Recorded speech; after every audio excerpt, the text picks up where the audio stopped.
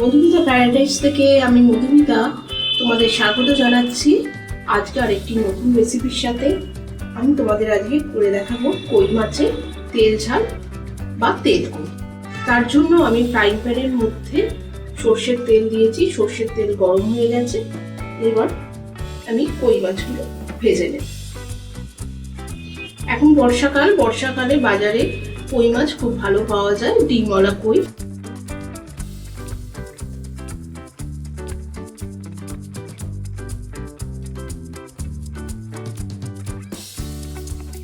কই মাছ দুটি ভেজে আমি তুলে রেখে দিয়েছি এখানে।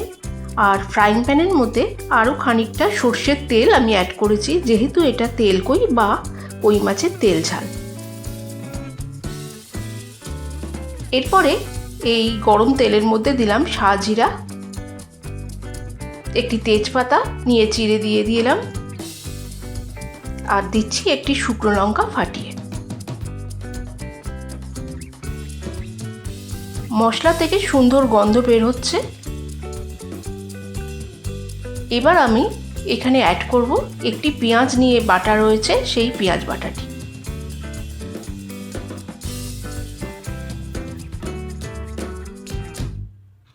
আর এই পেঁয়াজ বাটার সঙ্গেই আমি দিয়ে দেব টমেটো পিউরি। দিয়ে মশলাটি আমি ভালোভাবে কষিয়ে নেব।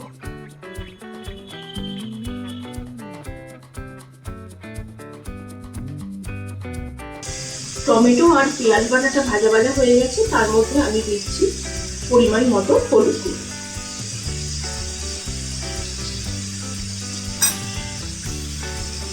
লাল ঝাল লঙ্কার গুঁড়ো,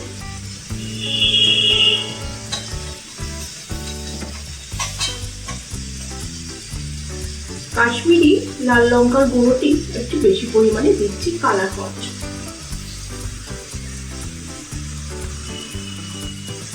এখানে আছে আদা আর 1 চামচ জিরে নিয়ে বাটা।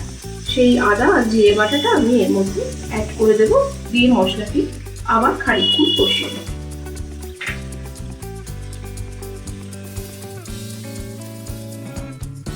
মশলা কষানো হয়ে গেছে, তার মধ্যে আমি দিচ্ছি পরিমাণ মতো নুন।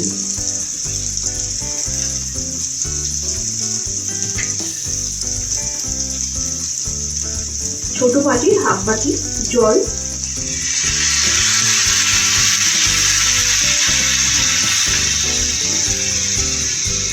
গ্রেভিটা একটু ফুটতে দেব।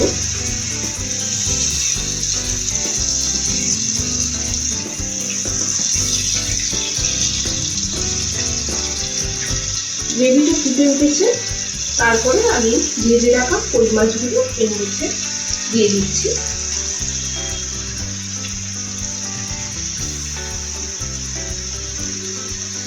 আর ওপর থেকে দেব টক দই।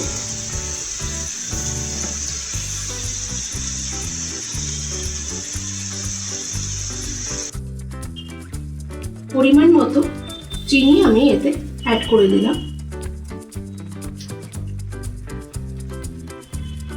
আর দিচ্ছি গরম মশলা পাউডার।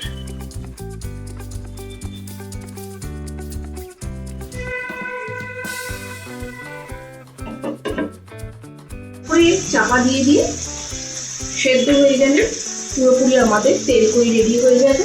তোমাদের সার্ভ করে আমি এটি দেখিয়ে দেব। টাটা।